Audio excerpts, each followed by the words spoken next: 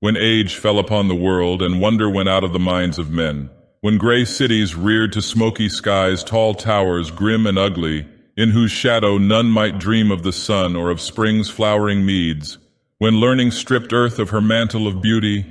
and poets sang no more save of twisted phantoms seen with bleared and inward-looking eyes,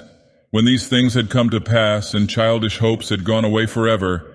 there was a man who traveled out of life on a quest into the spaces whither the world's dreams had fled. Of the name and abode of this man but little is written, for they were of the waking world only. Yet it is said that both were obscure. It is enough to know that he dwelt in a city of high walls where sterile twilight reigned,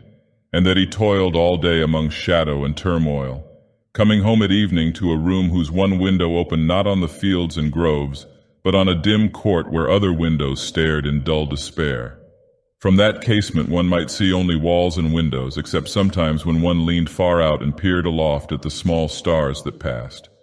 And because mere walls and windows must soon drive to madness a man who dreams and reads much, the dweller in that room used night after night to lean out and peer aloft to glimpse some fragment of things beyond the waking world and the grayness of tall cities. After years he began to call the slow-sailing stars by name and to follow them in fancy when they glided regretfully out of sight, till at length his vision opened to many secret vistas whose existence no common eye suspects. And one night a mighty gulf was bridged, and the dream-haunted skies swelled down to the lonely watcher's window to merge with the close air of his room and make him a part of their fabulous wonder. There came to that room wild streams of violet midnight glittering with dust of gold, vortices of dust and fire swirling out of the ultimate spaces and heavy with perfumes from beyond the worlds. Opiate oceans poured there, litten by suns that the eye may never behold, and having in their whirlpools strange dolphins and sea nymphs of unrememberable deeps. Noiseless infinity eddied around the dreamer and wafted him away without even touching the body that leaned stiffly from the lonely window.